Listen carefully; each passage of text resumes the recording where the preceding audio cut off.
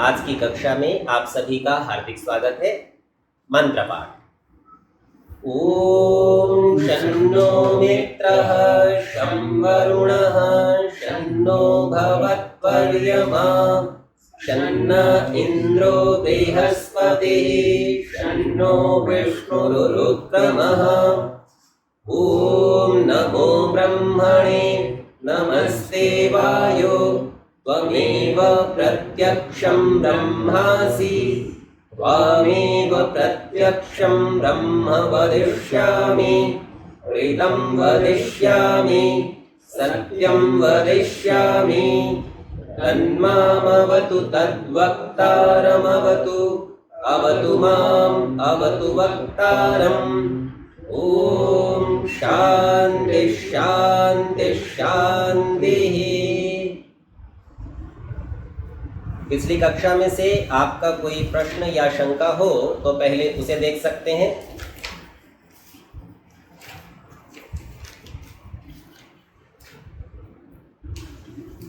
ठीक है, यदि सम्मुख उपस्थित लोगों का कोई प्रश्न नहीं है तो जो लोग इस कक्षा को ऑनलाइन सुन रहे हैं, यदि आपका कोई प्रश्न हो तो कह सकते हैं।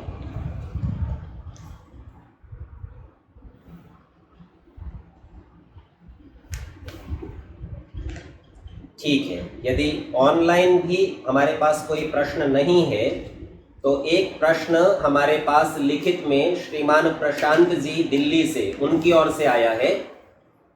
आपने पूछा है, क्या 6-7 वर्ष के बालक को वीर्य संग्रह की शिक्षा देना उचित है और कैसे देवें?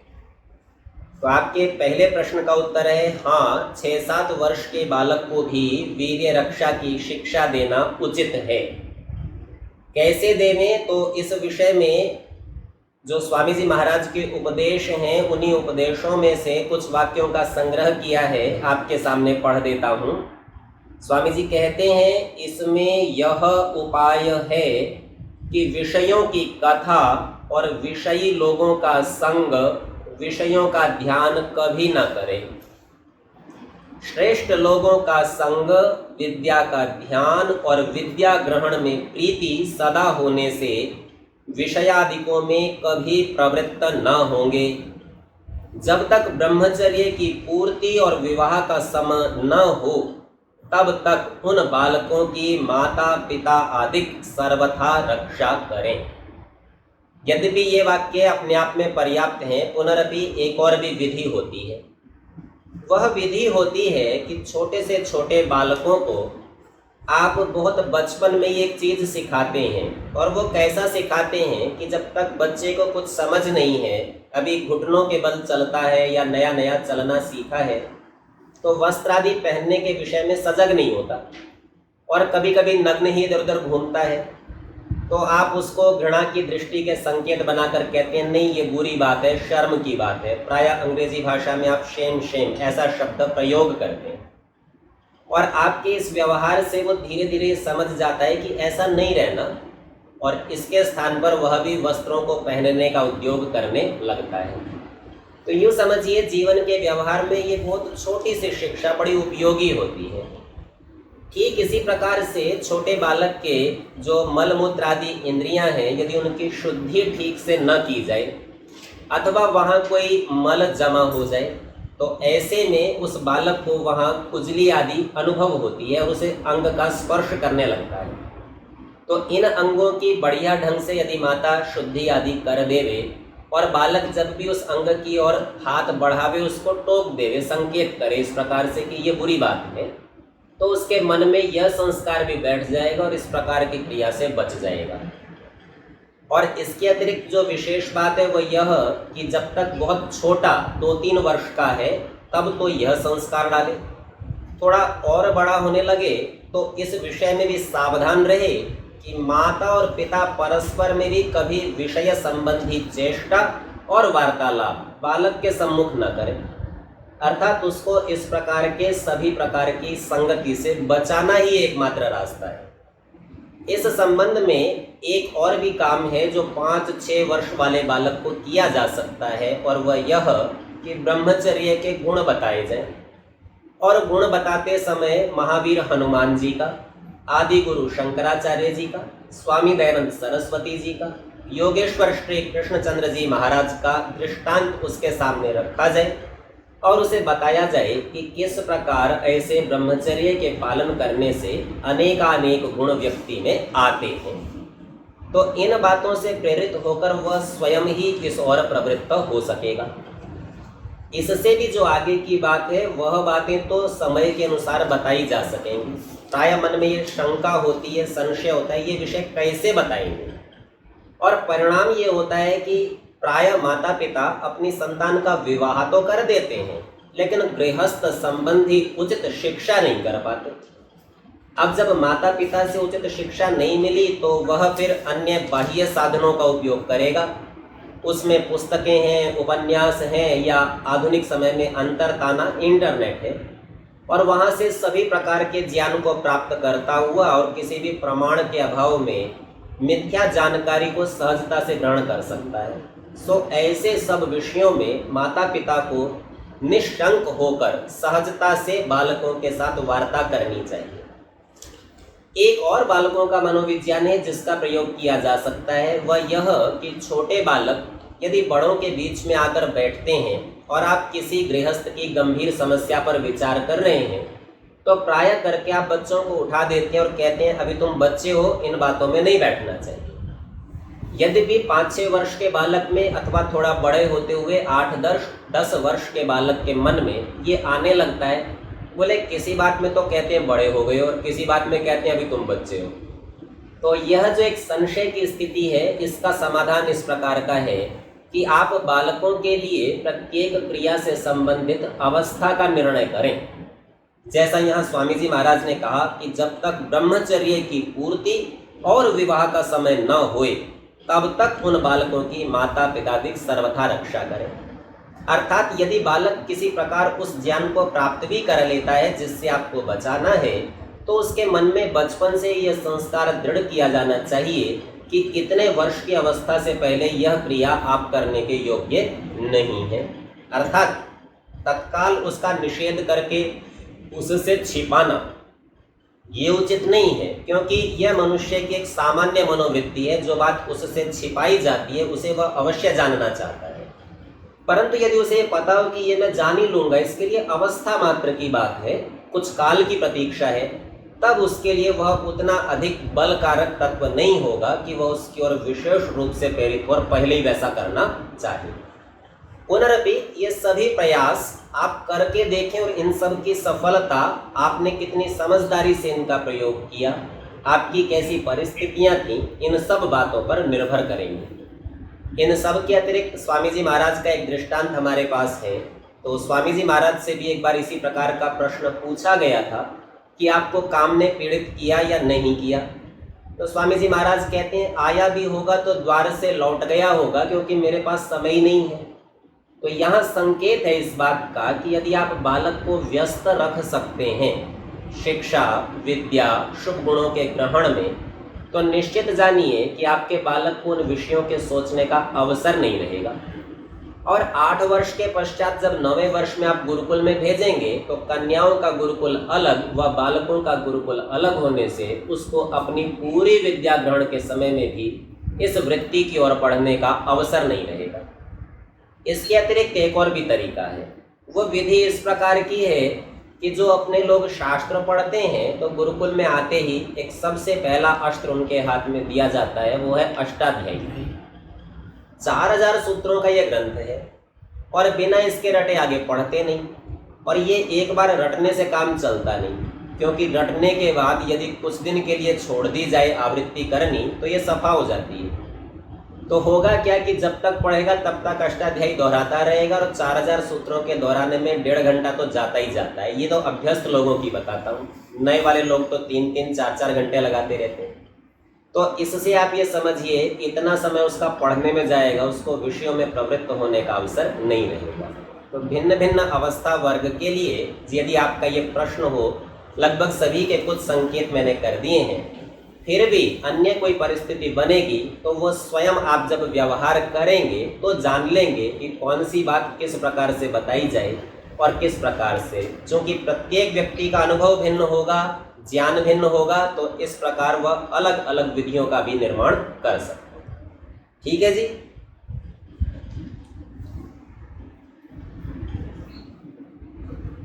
जी प्रशांत जी उपस्थित तो हैं जी, ठीक है जी जी। हाँ जी, अन्य किसी का कोई प्रश्न? हाँ जी मैडम। आजकल तो डालने का कोई व्यवस्था नहीं कर रहे हैं, पढ़ने लड़का लड़की सब साथ में पढ़ते हैं, छोटे से 5वीं क्लास से बच्चे लड़के लड़की साथ पढ़ते हैं, कॉलेज तक भी सब साथ में पढ़ते हैं, वो व्यवस्था कैसे? जी कमला माता जी ने व्यावहारिक प्रश्न पूछा है, कहते हैं आजकल गुरुकुल तो बचे ही नहीं है, व्यवस्था नहीं है और सह शिक्षा कोएड विद्यालय हैं, वहाँ बच्चों को डाला जाता है तो वहाँ कैसे करें? तो निश्चित जानिए यदि आपने ये तय कर लिया है कि शास्त्रीय शिक्षा से अपने बच्चे को दूर रखना है तो शास्त्रीय गुणों का अभाव भी उनमें देखने में आएगा ही। पुनरअपि मैं ये नहीं कह रहा हूँ कि यदि परिस्थिति ऐसी हो गई है तो या तो आप बच्चे का भविष्य बिगाड़ दें या आत्महत्या कर लें, ये कोई समाधान नहीं है। इसके स्थान पर अपना ये कर्तव्य है कि यदि कक्षा में मैं प्रथम स्थान प्राप्त नहीं कर सकता तो द्वितीय कर लूँ, द्वितीय नहीं कर सकता तो तृतीय कर लूँ, उत्तीर्ण तो अवश्य हो जाऊँ। सो इस बात का विचार करके यथासंभव जैसा आप घर में प्रारंभिक संस्कार देते हैं वैसे संस्कारों को पुनः पुनः दृढ़ करते रहें। परिणाम ये होगा कि बालक के अंदर ऐसा गुण विकसित होने लगेगा कि वह उचित अनुचित को जानने लगेगा।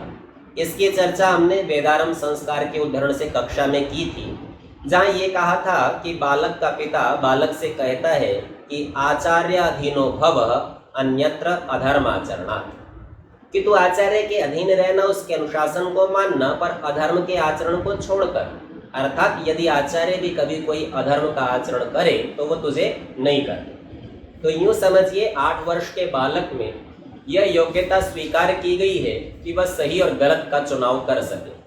तो ऐसे में जब आप बार बार उन सिद्धांतों को उसे दृढ़ करेंगे और अपने घर में वैसे ही परिस्थितियों का निर्माण करेंगे तो वह यद्यपि सह शिक्षा के कोएड के विद्यालय में पढ़ रहा होगा तो भी उसकी प्रवृत्ति उस और कम हो सकेगी, संपूर्ण समाप्त तो नहीं होगी, तो निश्चित बात है।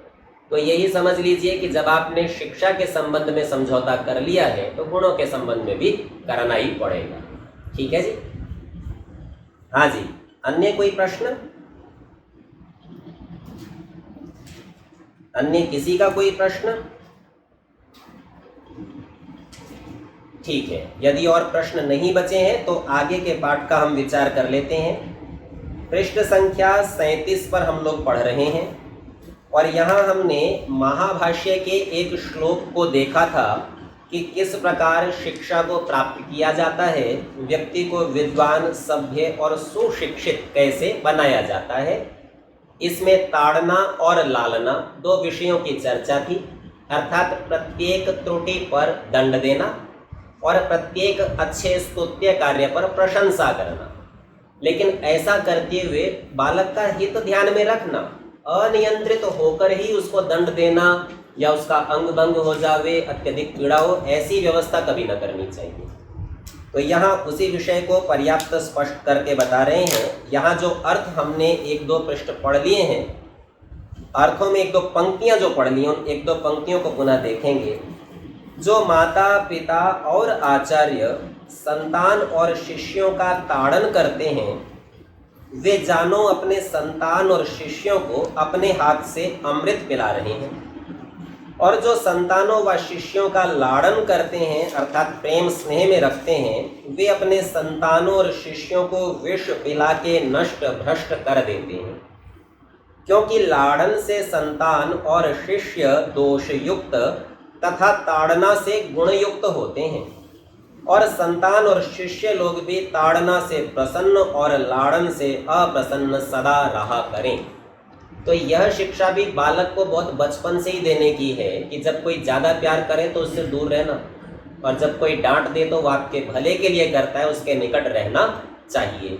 तो यह भी अपने व्यवहार से अर्थात आप स्वयं भी इसी प्रकार का आचरण करें। शिशु के लिए यह विशेष बात है कि वह आपकी भाषा नहीं जानता, बोलना नहीं जानता, जो कुछ भी सीखता है आपके आचरण और आपकी प्रतिक्रियाओं से सीखता है। अर्थात शिशु के लिए माता पिता ही सबसे बड़े आदर्श हैं। यदि माता और पिता इस विषय में सजग है और ऐसा आचरण करते हैं तो बालक भी स्वतः ही ऐसे आचरण की ओर प्रवृत्त हो जाएगा। अर्थात उसको लगेगा ऐसा ही करना होता है, यही करने का काम है कि जब कोई डांटे तो उसके निकट रहिए। इस विषय में जो लोग योग साधना में रुचि रखते हैं उनके लिए भी एक रोचक दृष्टांत है। आप में से जिन लोगों ने जो गृहस्थी हैं, छोटे शिशु के साथ कुछ अनुभव है, वो जानते होंगे कि 1-1.5 वर्ष तक का, 2 वर्ष तक का भी शिशु कभी कभी गलती करता है और इतना अधिक परेशान कर देता है कि माँ को क्रोध आ जाता है और माँ 1-2 चपेट लगा देती है। अब वो चपेट भी खाता है, रोता भी है और फिर भी माँ के पास ही जाकर चिपकता है, क्योंकि उसको पता है सुरक्षा इसके अतिरिक्त कहीं नहीं है। तो ध्यान दीजिए, यूं समझिए इतने बचपन में तो बच्चे को शिक्षा है कि ताड़न हो रहा है तो ठीक ही हो रहा है, वहीं जाना है जहाँ से हो रहा है। बड़े होते होते हम विकल्प ढूंढने लगते हैं और फिर माँ से पिटकर बालक पिता के पास, और पिता से पिटता है तो माँ के पास आश्रय पाता है, दोनों से पिटता है तो दादा दादी बचा लेते हैं। यहाँ इस विषय में अत्यंत सावधान सभी को होना चाहिए। यदि उचित बात के लिए उचित दंड दिया जा रहा हो तो कभी भी परिवार के अन्य सदस्यों को बीच बचाव करने न आना चाहिए। अभी तो यह जानकर कि यह इसके भले के लिए है, उसका समर्थन होना चाहिए कि हाँ ऐसा व्यवहार होगा त्रुटि का। यहाँ जो बात योगी साधकों के लिए कह रहा था कि जैसे बालक पिटता है और फिर भी माँ के पास जाता है, ठीक वही स्थिति एक योगी की और ईश्वर की है। परमेश्वर उसका निरंतर तिरस्कार करे और वो भाग भाग के ईश्वर से ही चिपटे, तो समझिए कि उसकी प्रवृत्ति ईश्वर को प्राप्त करने की है। इस अवस्था से ही मुक्ति सहज होती है। ये व्यवहार बालक को तो स्वाभाविक रूप से प्राप्त है, बड़े होने के बाद हम इसका कब ग्रहण करेंगे ये हमें विचार करना चाहिए। पुनः यहाँ कहते हैं कि परंतु माता पिता तथा अध्यापक लोग ईर्ष्या द्वेष से ताड़न न करें, किंतु ऊपर से भय प्रदान और भीतर से कृपा दृष्टि रखें। जैसे अन्य शिक्षा की वैसी चोरी, जारी, आलस्य, प्रमाद, मादक द्रव्य, मिथ्या भाषण, हिंसा, क्रूरता, ईर्ष्या, द्वेष, मोह आदि दोषों को छोड़ने और सत्याचार के ग्रहण करने की शिक्षा करें। तो ये सब महत्वपूर्ण बातें, इन सब के विषय में बड़े धैर्यपूर्वक विचार के सहित बालक को सिखाना चाहिए। अपने लोग जो एक गलती करते हैं वह एक विवेक नहीं कर पाते। एक होता है शंका का समाधान करना, संतुष्ट करना, और एक होता है जिज्ञासा को समाप्त ही कर देना, पैदा ही ना हो। तो प्रायः करके माता पिता उत्तर न होने की दशा में बालक के सामने खींच कर ऐसा व्यवहार करते हैं कि मानो प्रश्न पूछना ही गलत है, और ऐसे में धीरे धीरे बालक आपसे पूछना छोड़ देता है। इसके स्थान पर यदि आप यथा योग्य उत्तर दें, और यदि आपको उत्तर नहीं आता तो आप उस ईमानदारी से कह दें कि भाई इसका विचार करके बताएंगे या अपने से अधिक योग्य व्यक्ति से पूछ कर बताएंगे। तो इन बातों में 2 लाभ होंगे। बालक की जिज्ञासा करने की प्रवृत्ति बनी रहेगी, जानता रहेगा, जैसा जानेगा वैसा मानेगा, जैसा मानेगा वैसा बोलेगा, और जैसा बोलेगा वैसा करेगा। ये सिद्धांत हम पहले भी देख चुके हैं। यद मनसा ध्यायति तत् वाचा वदति, यद वाचा वदति तत् कर्मणा करोति, यद कर्मणा करोति तत् अभिसंपद्यते। तो उसको वैसी उपलब्धि हो जाती है। तो एक और तो आप बालक की जिज्ञासा को बनाए रखेंगे, उसको नष्ट नहीं करेंगे, और दूसरी ओर उसके मन में ये भाव आएगा कि उचित उत्तर तो दे दिया जाता है और ठीक पता न होने की दशा में अन्य से पूछा भी जाता है। ये एक प्रकार से अहंकार का नाश कर दिया गया हो, ऐसी अवस्था का द्योतक है। तो बालक में जन्म से ही अभिमान न करने की प्रवृत्ति होगी, और वह भी इसी प्रकार अपने उत्तरों के लिए अपने से इतर अन्य की प्रतीक्षा कर सकेगा, उनका सम्मान आदि करके उनसे उत्तर को प्राप्त कर सकेगा। तो यूँ समझिए, एक तरफ मस्तिष्क विकसित होता रहेगा और दूसरी तरफ उसकी शिक्षा भी सुचारू रूप से चलती रहेगी। तो दोनों लाभ आप एक साथ प्राप्त कर लेंगे। प्रश्न कैसा भी हो, कभी कभी बुद्धिमत्ता पूर्ण होता है, कभी कभी मूर्खता का होता है, कभी कभी व्यर्थ लगता है, अप्रासंगिक लगता है। तो सभी प्रकार का विवेचन अत्यंत धैर्यपूर्वक करके बालक की शिक्षा का विचार करना चाहिए। खींचना, क्रोधित होना, यह कभी भी प्रश्नों का उत्तर नहीं। पुनः कहते हैं जो यहाँ पर अभी एक शिक्षा की कि चोरी जारी असत्य आदि नहीं बोलना चाहिए, तो कहते हैं क्योंकि जिस पुरुष ने जिसके सामने एक बार चोरी जारी मिथ्या भाषण आदि कर्म किया, उसकी प्रतिष्ठा उसके सामने मृत्यु पर्यंत नहीं होती। तो यूँ समझिए यह रेखांकित करने योग्य सिद्धांत है। इस सिद्धांत में यह सिखाया गया है कि एक बार भी गलती नहीं करनी। प्राय करके लोक में इस प्रकार की भी शिक्षा दी जाती है, एक बार से कुछ नहीं होगा। मांसाहार करना है, एक बार में क्या बिगड़ जाएगा, कुछ धर्म नहीं बिगड़ेगा, थोड़ा गोमूत्र पी लेना ठीक हो जाएगा, आदि आदि कुशिक्षा मित्र संबंधी और बहुत से शिक्षक आदि भी किया करते। तो यहाँ ध्यान रखना चाहिए कि यहाँ कठिन कठोर शब्दों में संकेत है कि एक बार भी यदि ऐसा किया तो उसकी प्रतिष्ठा उस व्यक्ति के सामने मृत्यु पर्यंत नहीं होती। और इसमें भी विशेष कहते हैं जैसी हानि प्रतिज्ञा मिथ्या करने वाले की होती है वैसी अन्य किसी की नहीं। प्रतिज्ञा मिथ्या करना अर्थात अपनी कही बात को बदल देना, झूठ बोल देना। असत्य वचन एक बार कर दिया तो अब सब समझ जाते हैं, जिसने भी उसके असत्य को जान लिया कि यह तो झूठ बोल देता है, तो आगे भी उसका कभी विश्वास प्रतिष्ठा नहीं होगी और इसका निर्णय हो जाएगा कि पता नहीं अब भी सत्य बोलता है कि झूठ। फिर खूब कसमें खाइए, शपथ खाइए कि मैं सत्य कहता हूँ उसकी कसम खा के, पर विश्वास नहीं ला सकते। सो एक बार भी त्रुटि न करनी चाहिए। दो बातों का यहाँ ध्यान रखना है। एक, अपने में से कई लोग ऐसे हो सकते हैं जिन्होंने जन्म से लेकर और आज तक कोई दुर्गुण बिल्कुल भी नहीं किए होंगे। जैसे बहुत से लोग ऐसा कह सकेंगे मैंने आज तक धूम्रपान नहीं किया। हम में से बहुत से कह सकेंगे हमने सुरापान नहीं किया, शराब नहीं पी। और कुछ और भी थोड़े से होंगे तत्पर, वे कहेंगे हमने तो आज तक चाय भी नहीं पी, एक बार चख के भी नहीं देखी। तो आप ये ध्यान रखिए कि अन्य किसी को दिखाने की आवश्यकता नहीं है, लेकिन चूंकि आपने एक बार भी नहीं किया, इस बात से आपको कितना संबल मिलता है, आप इसी बात से अपने आप को श्रेष्ठ समझते हैं। तो इस बात का विचार करके प्रथम बार त्रुटि करने से बचना चाहिए, क्योंकि यदि प्रथम बार आपने त्रुटि कर दी तो दूसरी बार संभलना और उसको रोकना और भी कठिन है। पहली बार का तो संबल बना हुआ है, आज तक नहीं किया, और ऐसी बात मैं अभी अन्य कई वर्षों तक भी कह सकता हूँ जब तक नहीं करूँगा। लेकिन एक बार कर लिया तो ये बात तो कभी नहीं कह सकेंगे। इसके संबंध में गीता में एक श्लोक आता है, वे कहते हैं उद्धरेत आत्मना आत्मानम न आत्मानम अवसादयेत। आत्मना अपने स्वयं के द्वारा, आत्मानम अपने स्वयं का उद्धार करना चाहिए और अपनी आत्मा को कभी भी अवसाद में या पतन में नहीं ले जाना चाहिए। क्यों ऐसा? आत्मैव ही आत्मनो बंधु आत्मैव रिपुरात्मनः। क्योंकि आत्मा का मित्र आत्मा ही है और आत्मा का शत्रु आत्मा ही है, अर्थात हम स्वयं अपने मित्र और शत्रु हो सकते हैं। यहाँ जो दूसरी बात समझने की वो यह कि हम में से कई लोग ऐसे होंगे जो कुछ दुर्गुणों में लिप्त हो चुके होंगे और वो ये सोचते होंगे अब छोड़ देना चाहिए, और अब सोचेंगे अब तो अनेक बार कर चुका, अब ये बात तो आएगी नहीं कि कभी नहीं किया। तो भी कोई चिंता नहीं, क्योंकि यदि आज और अभी से ही अपने दुर्गुण को छोड़ देते हैं तो अब से कहने लगेंगे अब मुझे इतने दिन हो गए हैं और मैंने इस व्यसन का सेवन नहीं किया है।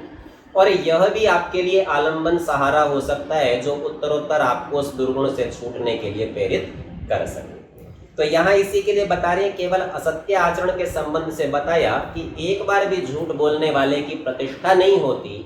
और यहाँ एक छिपा हुआ सिद्धांत है, वो ये कि जो व्यक्ति झूठ बोल सकता है वो सब बुराइयां कर सकता है। यूं समझिए सब दुर्गुणों का प्रारंभ असत्य से होता है।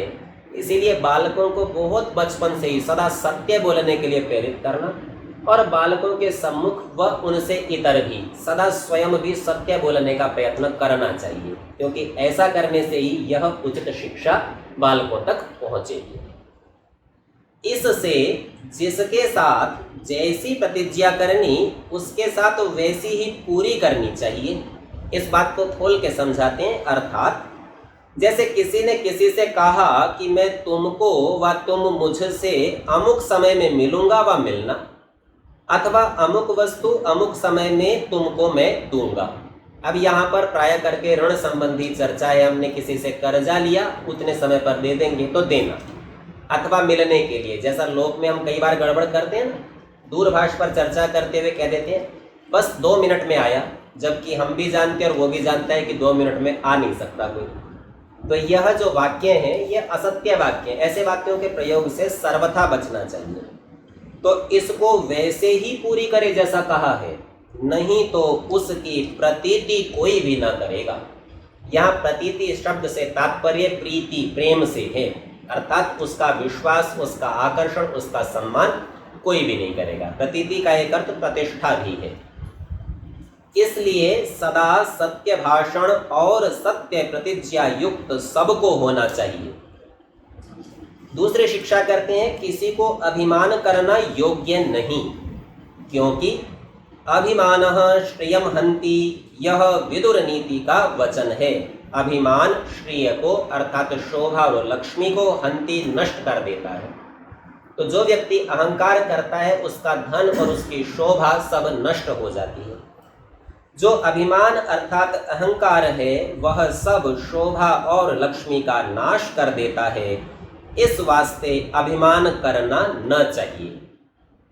छल कपट व कृतज्ञता से अपना ही हृदय दुखित होता है, तो दूसरे की क्या कथा कहनी चाहिए। कोई हमारे साथ छल करे तो हमें बहुत बुरा लगता है, तो ऐसे में जब अपना ही हृदय होता है तो दूसरे के प्रति नहीं करना। दृष्टिकोण एक दूसरा भी है, जब मैं किसी के प्रति छल करने जाता हूं तो भी अपना हृदय दुखी होता है। अर्थात कोई भी पाप कर्म करते हुए भय, लज्जा, शर्म, संकोच हृदय में, मन में, मस्तिष्क में उपस्थित होते हैं। तो पहले तो मैं स्वयं को पीड़ित करता हूं, पश्चात दूसरे को। तो जब अपना ही हृदय पीड़ित हो रहा है तो दूसरे की तो कथा ही क्या कहनी, वो तो और भी अधिक पीड़ित होगा।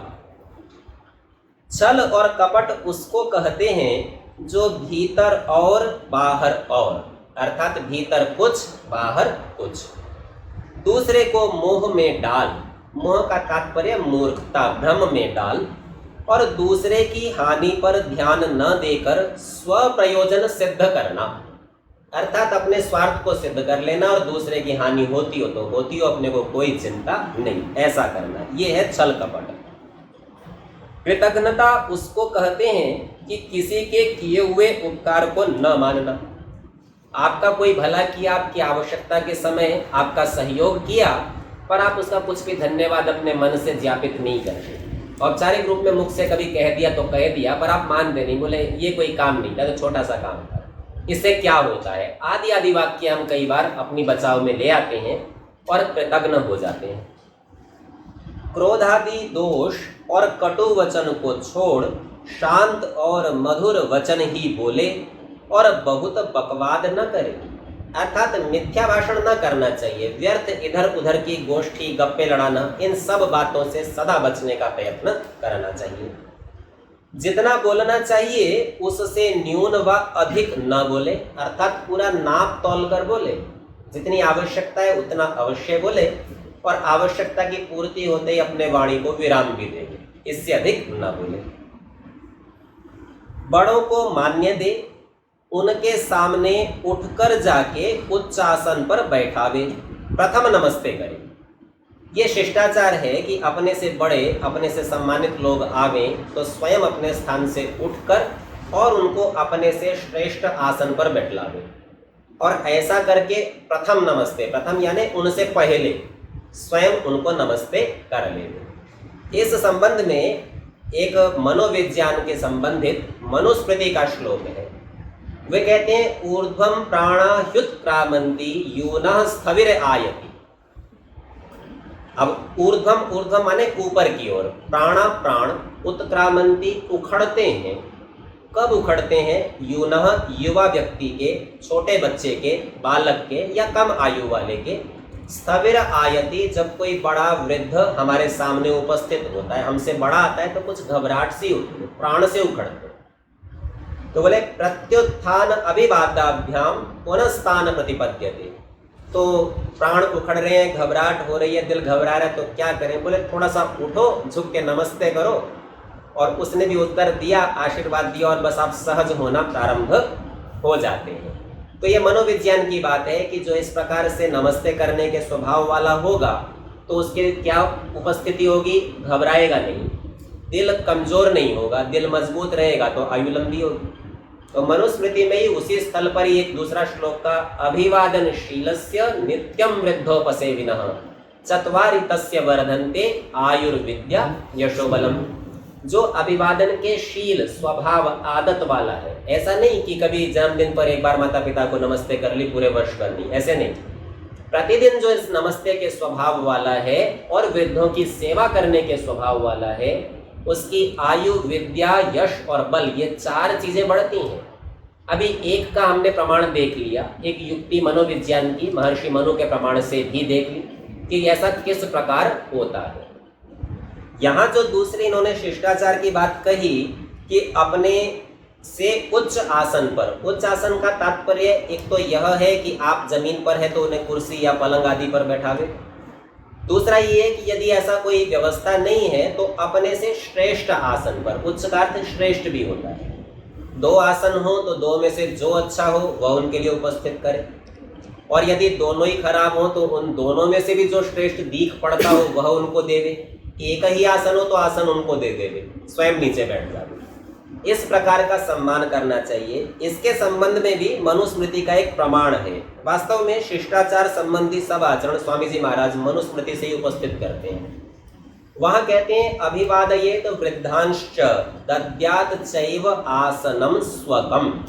अभिवादयेत, अभिवादन करना चाहिए, वृद्धांश अपने से बड़ों को, और दद्यात दे देना चाहिए, आसनम स्वकम, अपना आसन दे देना चाहिए, लो जी आप बैठिए इसके ऊपर। कृतांजलि उपासित, हाथ को जोड़कर, अंजलि बनाकर, कृत अंजलि हाथ जोड़कर, उपासित उनके समीप उनकी आज्ञा प्राप्त करने के लिए उपस्थित रहना चाहिए।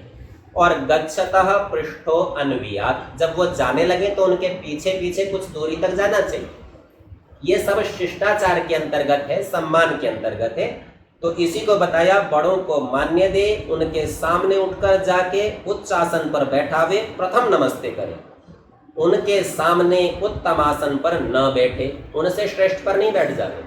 अर्थात यह प्रतीक है, यद्यपि किसी को यह औपचारिकता लग सकती है, पर ऐसा करने से मन की प्रसन्नता होती है, और मन की प्रसन्नता से आपका स्वास्थ्य उन्नत होता है, मस्तिष्क स्वतंत्र और विकसित होता है, परिणाम स्वरूप आपकी शास्त्र में गति होती है और विद्या सहजता से प्राप्त होती है।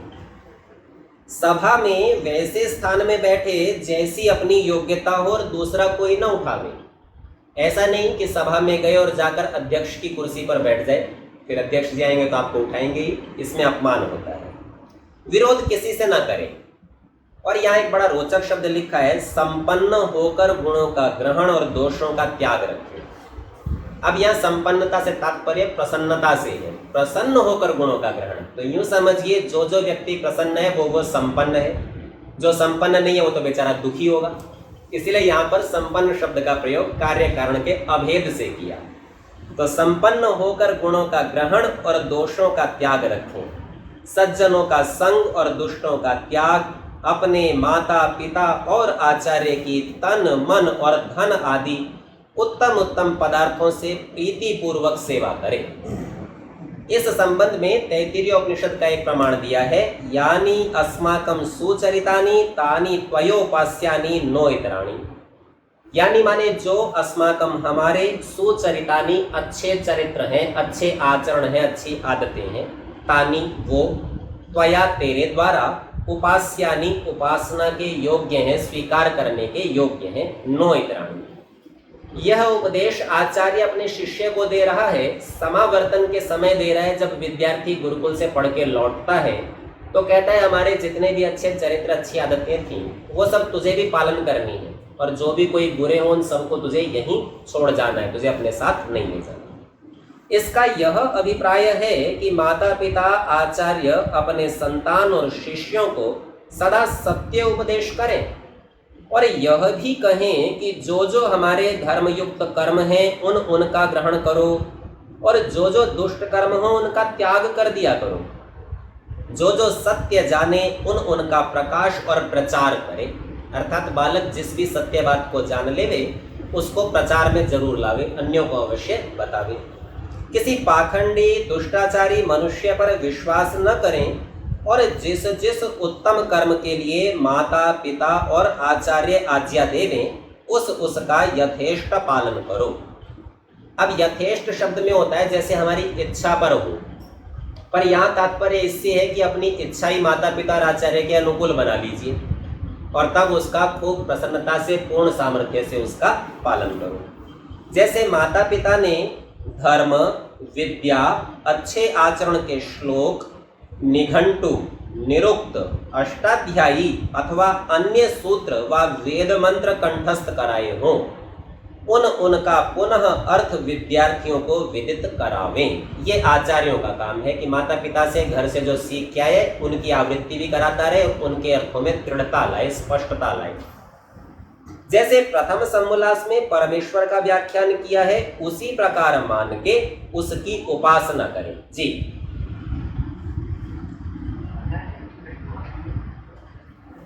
निघंटु मतलब यहाँ ये तीनों ग्रंथों के नाम हैं। निघंटु एक पुस्तक है, वास्तव में पुस्तक का अंश है और उसके अंतर्गत बहुत सारे शब्दों का संग्रह किया गया है और वो संग्रह किया गया है संसार को समझने के लिए। इस पदार्थ का ये नाम, एक पदार्थ के ऐसे अनेक नाम होते हैं अथवा एक शब्द से अनेक पदार्थों को कहा जा सकता है। तो ऐसे शब्दों के संग्रह जिस पुस्तक में किए गए हों उसे निघंटु कहते हैं और इन शब्दों का व्याख्यान जिसमें हो उसे निरुक्त कहते हैं। ये दोनों एक ही पुस्तक के अवयव हैं। 14 अध्यायों का निरुक्त है जिसमें से 5 अध्यायों में निघंटु है, अर्थात शब्दों का संग्रह है और बाकी 9 में उसी के व्याख्यान करने के लिए विभिन्न प्रमाण लिए गए। तो ये निघंटु और निरुक्त हैं। इसी प्रकार का व्याकरण का प्रारंभिक ग्रंथ अष्टाध्यायी है जिसमें लगभग 4000 सूत्र हैं और इन सूत्रों को याद करके आप संस्कृत भाषा में अच्छी पकड़ बनाते हैं, शास्त्रों में गति प्राप्त करते हैं। तो इस प्रकार के ग्रंथ हैं, इनके मंत्र कंठस्थ करें, अर्थों को जाने। अध्यापकों का कर्तव्य इस विषय में पर्याप्त स्पष्टीकरण देवें। तो जैसे प्रथम समोल्लास में परमेश्वर का व्याख्यान किया है उसी प्रकार मान के उसकी उपासना करें।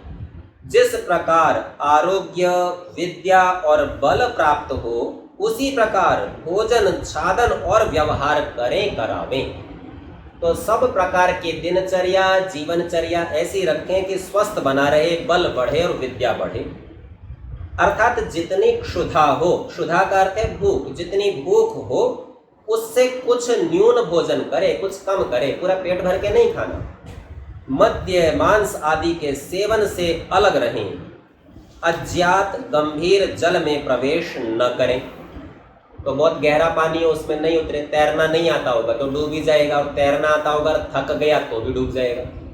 और अज्ञात है, कोई मगर आदि होगा तो खा जाएगा। तो इस दृष्टि से, क्योंकि जल जंतु व किसी अन्य पदार्थ से दुख, और जो तरना न जाने तो डूब ही जा सकता है। न विज्ञाते जलाशये, अविज्ञात जलाशय में नहीं जाए, यह मनु का वचन। तो शिष्टाचार संबंधी अधिकांश वाक्य स्वामी जी महाराज मनुस्मृति से उद्धृत करते हैं।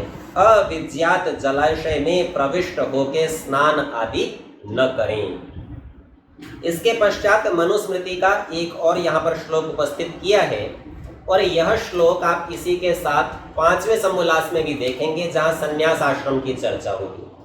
मुख्य करके यह सन्यासी का कर्तव्य है, पर अन्य सभी आश्रम वासियों को, चाहे ब्रह्मचारी हो, गृहस्थी हो या वानप्रस्थी, उसको भी इसका आचरण करना चाहिए, सबके लिए उपयोगी है। दृष्टिपूतम न्यसेत पादम, वस्त्रपूतम जलम पिबेत, सत्यपूताम वदेत वाचम, मनःपूतम समाचरेत। दृष्टिपूतम अर्थात दृष्टि से पवित्र करके, न्यसेत पादम पैर आगे रखे, अर्थात आंख से बढ़िया तरह से देख कर चले। ऐसा नहीं कि केले के छिलके पर ही पैर रखा और धड़ाम, तो ये नहीं। तो अच्छी प्रकार देखकर परीक्षण पूर्वक आगे पग रखे। वस्त्रपूतम जलम पिबेत, तो वस्त्र से छानकर जल पिए। अब मनु जी के समय में वस्त्र की विधा थी तो उसका कथन किया, आधुनिक समय में कुछ और भी छानने के आ गए हैं। तो यहाँ मुख्य उद्देश्य छनन से, शुद्धिकरण से है। उस समय की विधि के अनुसार वस्त्र की चर्चा यहाँ की गई है। सत्यपूताम वदेत वाचम, सत्य से पवित्र करके वाणी को बोले, अर्थात वाणी से सदा सत्य ही बोले। और मनःपूतम समाचरेत, मन को पवित्र करके आचरण करे। आर्य भाषा में इसका अर्थ करते हैं नीचे दृष्टि कर ऊंचे नीचे स्थान को देख के चले परीक्षण पूर्वक। वस्त्र से छानकर जल पिए, परीक्षा पूर्वक शुद्ध जल का ग्रहण करे।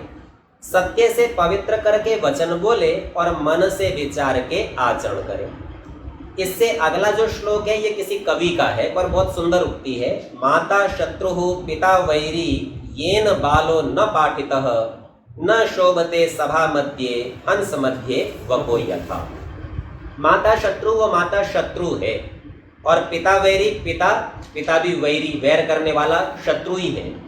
कौन से माता पिता इस प्रकार के हैं? येन बालो न पाठिता, जिन्होंने अपने बच्चे को नहीं पढ़ाया। तो माता पिता जो बच्चे को विद्या और शिक्षा से दूर करें तो मानो शत्रु है। न शोभते सभा मध्य, क्योंकि इनके बच्चे सभा के बीच में शोभायमान नहीं होते, अच्छे नहीं लगते। कैसे? तो दृष्टांत दिया, हंस मध्य बको यथा, जैसे हंसों के बीच में कोई बगुला आ बैठे, ठीक वैसे ही अशिक्षित बालक भी अच्छे नहीं प्रतीत होते। और वो ऐसी अवस्था में उसके लिए माता पिता का दोष है, इसलिए उनके माता पिता को शत्रु ही जानना चाहिए।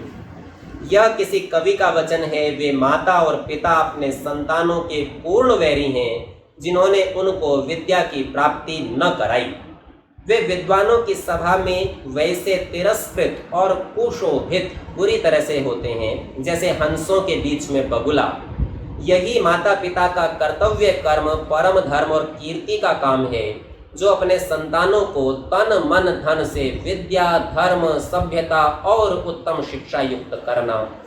यह बाल शिक्षा में थोड़ा सा लिखा, इतने ही से बुद्धिमान लोग बहुत समझ लेंगे। इति श्रीमद् दयानंद सरस्वती स्वामी कृते सत्यार्थ प्रकाशे सुभाषा विभूषिते बाल शिक्षा विषये द्वितीयः समुल्लासः संपूर्णः। आज के पाठ का समय भी समाप्त होता है। शेष चर्चा अगली कक्षाओं में करेंगे। ओम